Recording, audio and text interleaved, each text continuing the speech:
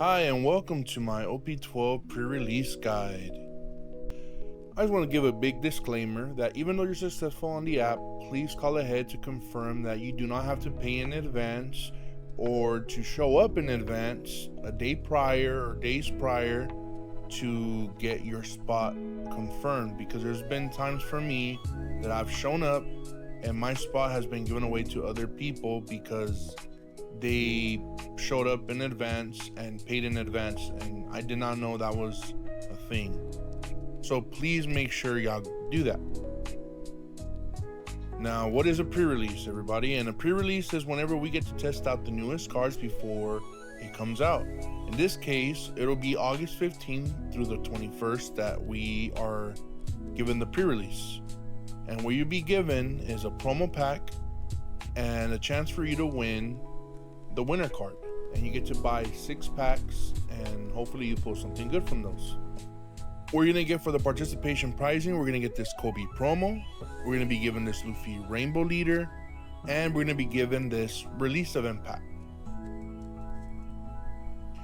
Now with the release event packs, the thing with those cards is it's just a stamped version of the uncommons and commons of the cards, as shown here.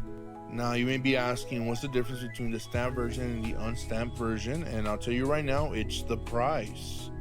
So we go from 25 cents to $15 the card just because it has a stamp. And here is the winner that we would be getting. It would be the winner Kobe. And good luck to those that are really wanting to get this Kobe. Now, depending on the shop, we might be getting pack per win, you might be given extra release event packs or promo packs or other goodies like that, but it just depends on the shop. What you will need to win is we're gonna have to buy 6 packs of OP12, and depending where you go, the price range would go from anywhere between $30 to $45. Probably be a little bit more if it's pack per win. You're gonna need 10 Dawn, and do not forget your sleeves because you might pull something really good and you need to protect the card. And for you to win is you need to pick a leader, make a 40 card deck. There's no color restriction, so you're able to use any colors you want for the deck, as well as if you pull more than 4 copies of a card, you can run them all if you want to. Also, please make note that you can sideboard. It's official in the rules that you can sideboard. There's been times where I've gone to pre-releases where they did not know this and kept players from sideboarding. But yes, you can sideboard. Now let's talk about the leaders for you to pick. Now granted, I'm a big advocate for the Rainbow Luffy leader, which we'll talk about mostly for this video.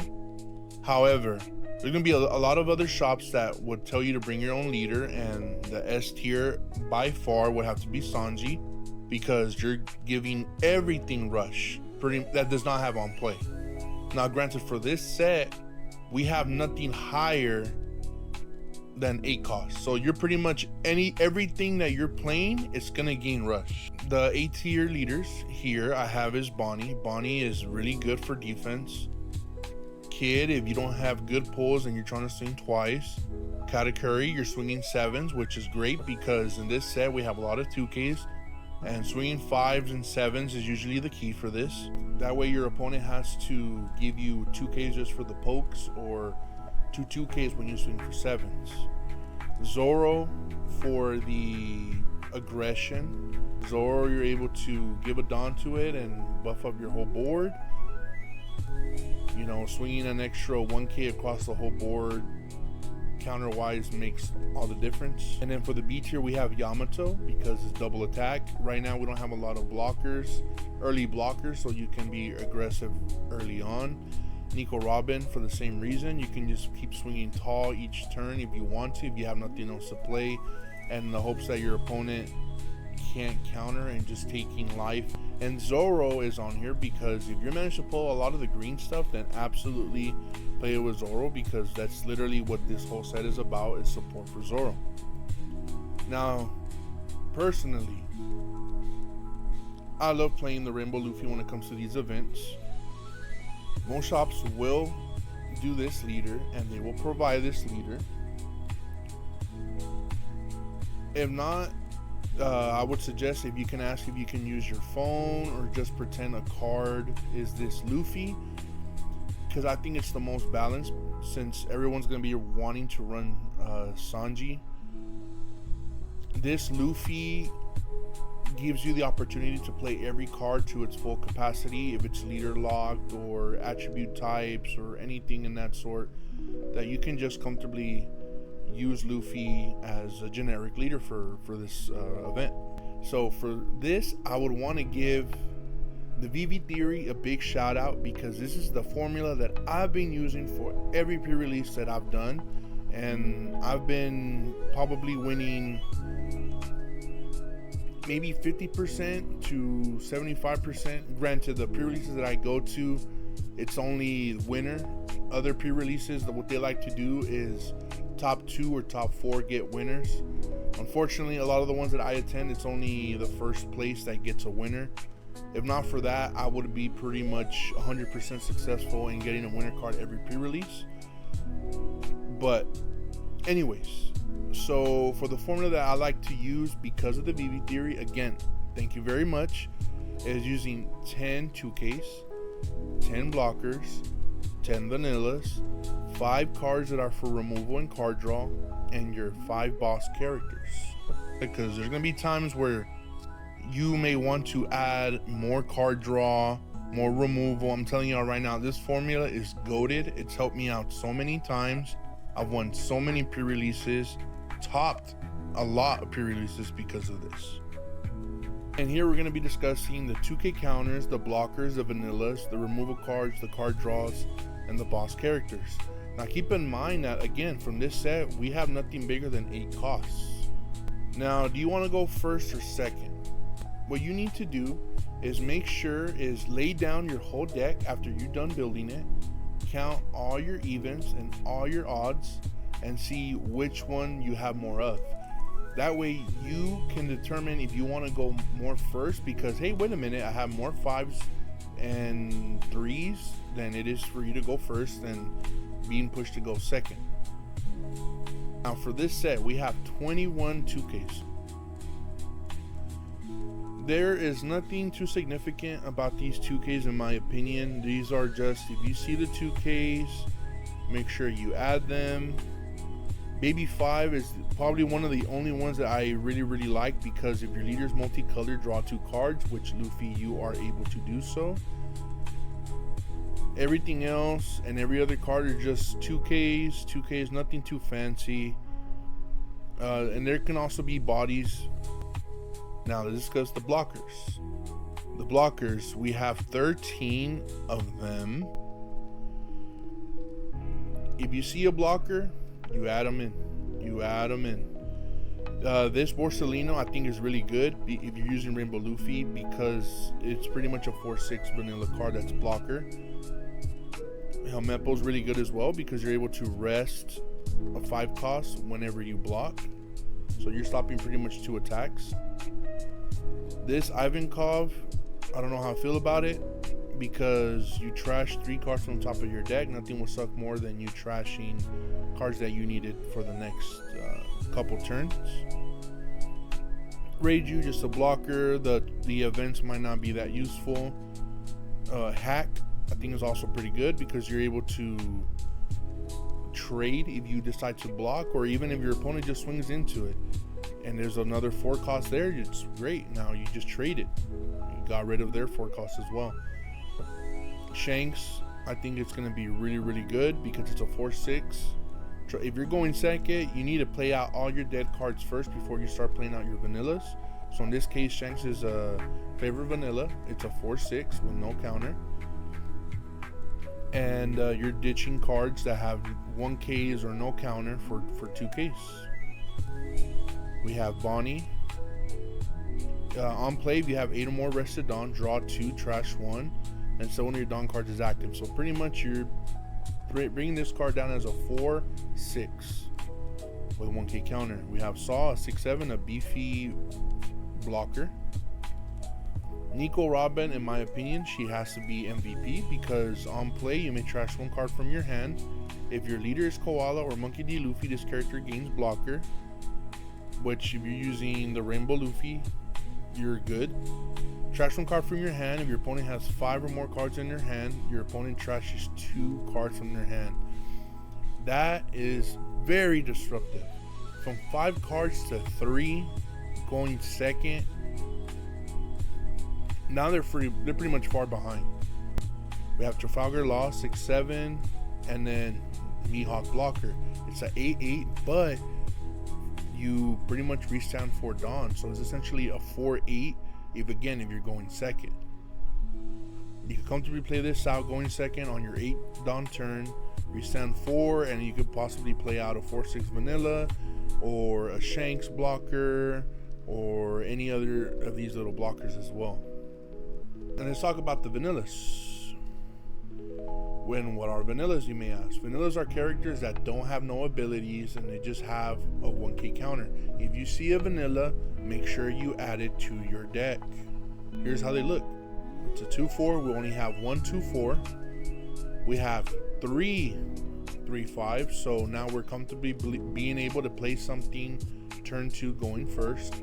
We have 1 4 cost, 2 5 costs, 3 6-8s, and 2 8-10s. I think if you see these 8-10s, you may want to go second. If you see them in your hand, make sure to keep it, especially going second, because the moment you bring out an 8-10, if your opponent does not have an answer for that, you're pretty much winning the game. It's like a pseudo boss monster. Now let's talk about flavor vanillas. These are vanillas that pretty much don't have a 1k counter, just like that Shanks that we were talking about earlier. This is what they look like. Like this Sanji is a 3-5, no counter. This character gains 1,000 power for every 5 events in your trash. It's not going to be relevant. If this character would be removed from the field by your opponent's effect, you may return 1 Dawn card from your Dawn deck instead. Shanks, really goated. Now another card that's going to be really, really good for this event is going to be Tashigi. It's a 5-7, however, on play, rest one of your opponent's characters with an original cost of 6 or less, then give 3 rested Dawn to your Zoro leader. A 2-7 pretty much. And that's with you playing Rainbow Luffy. Again, preferred you play Rainbow Luffy. Kuzan's a 6-8. If you have 5 more cards in your hand, this character gains 1 cost. On play, you may trash 1 card from your hand. Up to 1 of your opponent's characters cannot attack until the end of your opponent's next turn. This may be relevant whenever they have a big 8-10 on the board and you want to stop that attack the next turn. Help out with that, or just stopping 1 attack, a big body attack, because swinging for 7s and above, a lot of counter that you have to give up. This Crocodile is a common, and because it's a common, it's going to be very easy to get. I think it's going to be a really good card to add in your deck. On your opponent's attack, once per turn, Dawn -1. If your leader has the Baroque works, which if you play Rainbow Luffy, you are. Up to 1 of your leader character gains plus 2,000 during the battle. If you're at 10 Dawn or at 9, you can comfortably use Crocodile's ability. After Flavor Vanillas, we got the removal. We have 8 cards that would deal with bouncing and KOing cards for this set. And we have Missile Sunday. On play, KO 1 of your opponent's characters with a cost of 3 or less. Then your opponent may add 1 Dawn card from their Dawn deck and set it as active. The trigger is Dawn -1, play this card. It's pretty good because it's a free body. We got Hack. We discussed about Hack, that on KO, even though you swing with him, if they deal with him and if your opponent has a 4 cost character on the board, they're going to be KO'd. We got Sentamaru, which the trigger is really good. KO 1 of your opponent's character with a cost of 4 or less. We got Zephyr. I don't like this card for what it does, because on play you trash 2 cards from your hand. You have to trash 2 cards.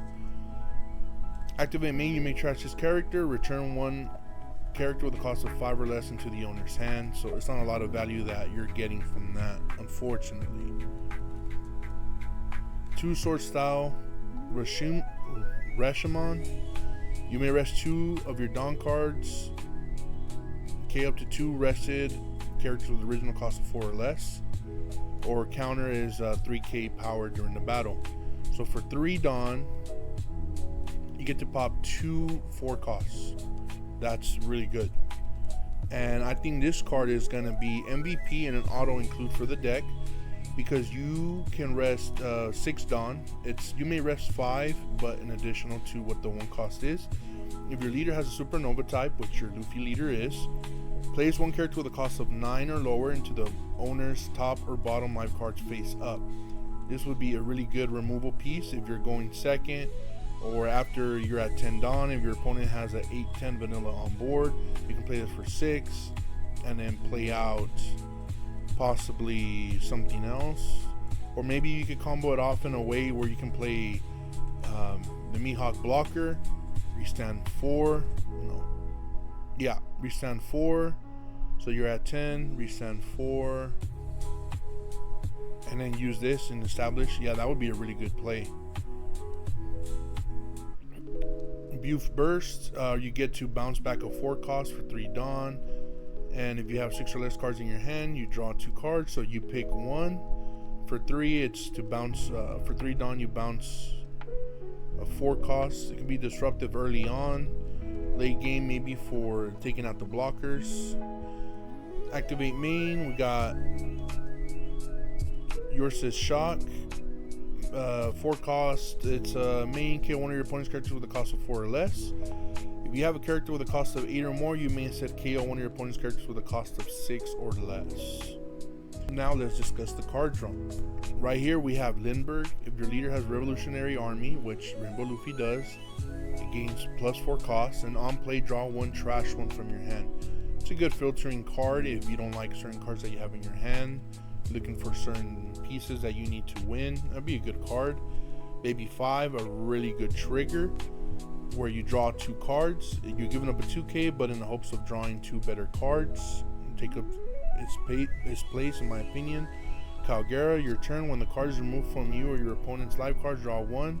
Then you cannot draw cards during your own effects during the turn. So an additional card. We get Bonnie, where you can draw 2, trash 1. You gain the filtering and the 2 cards, and being able to just establish a blocker, set everything up. It's pretty good.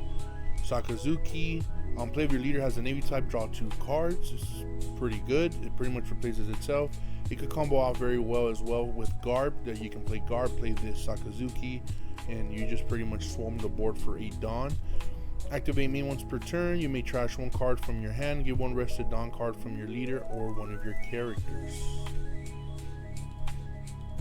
We have Concierge. We have 1 Dawn main if your leader Sanji, draw a card. Or counter if you have 4 or more events cards in your trash, up to your leader gains 4,000 power during the battle.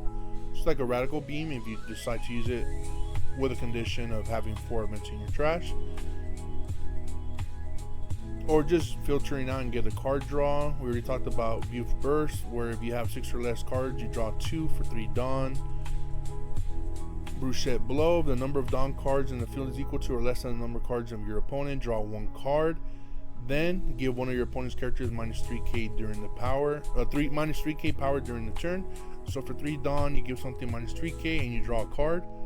So it pretty much replaces itself. We're going to discuss hitters and fillers, characters that are strong enough to hit leaders without any Dawn investment. They have decent or great abilities, but better yet, they're just filler cards to complete your 40 card deck. They're just bodies that, like a 4/5, like a 4/5, 5/6, 5/6, 5/6, 6/7, 6/7, 6/7.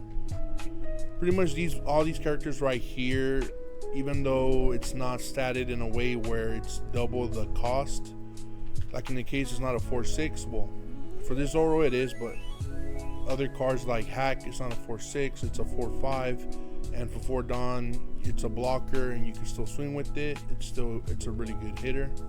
MVPs and game winners, let's talk about that right now.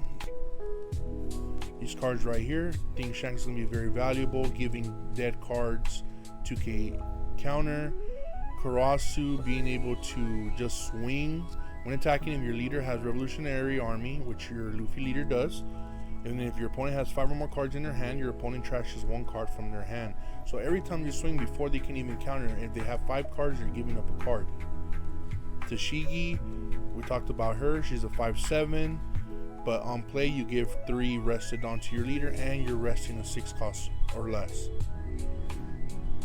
Inurashi, I think it's so good because you're locking something down every turn if your opponent doesn't answer it. And being a 6/7, it becomes a really good pseudo blocker. Easier to counter out if you're a 7k quote unquote leader, because they're going to try to swing into it, than it is them swinging at your life.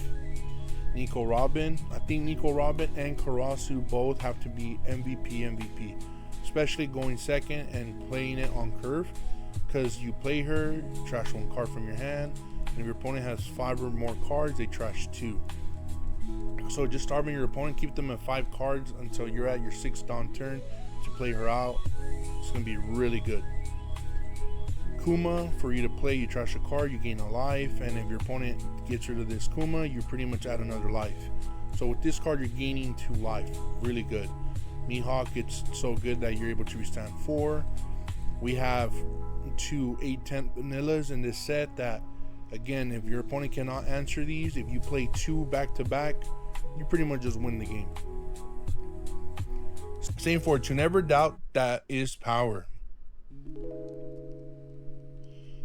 Pretty much you give 2 active Dawn cards to your Silver's Rayleigh, which this would be your Luffy leader, and your character cannot activate blocker if the leader character attacks during that turn. We have 2 cards that give unblockable to your Rainbow Luffy. Same for this one. This technique extinguishes all sound created by your influence. So for 2 Dawn, you give your leader plus 2k, or Trafalgar Law if you have one, and you're able to make your leader unblockable. And a good trigger as well, which you get to draw 1 card, but you would want to save this card for late game. Now when it comes to seeing these 2 cards that can make your leader unblockable, means you cannot go to 0 life in this event. The moment you go to 0 life, you are in severe risk that your opponent can play this card or the Silver's Rayleigh card to make their leader unblockable and just swing 15 at your life. So do not go to 0 life. We have Dead Man's Game, which is a really good finisher as well. Another card to worry about whenever you're at 0 life is you're running the risk that your opponent has this card that can rest 2 things, being your Dawn or being your characters. So again, do not go to 0 life. Now let's talk about Luffy is the man who will become the Pirate King. For 3 Dawn, you restand your Zoro leader, which Rainbow Luffy is a Zoro leader. Another good card for if you want to swing twice and clear out board, or swing twice when trying to go for game. And I also wanted to give a big shout out to Cardi Kaizoku for this website. It's very helpful when it comes to building your decks, looking at all the cards that they have a way for you to export the image, import, export for the sim. This is my go-to when it comes to looking at cards, so thank you so much, Cardi Kaizoku, for this website. Couldn't have done it without you.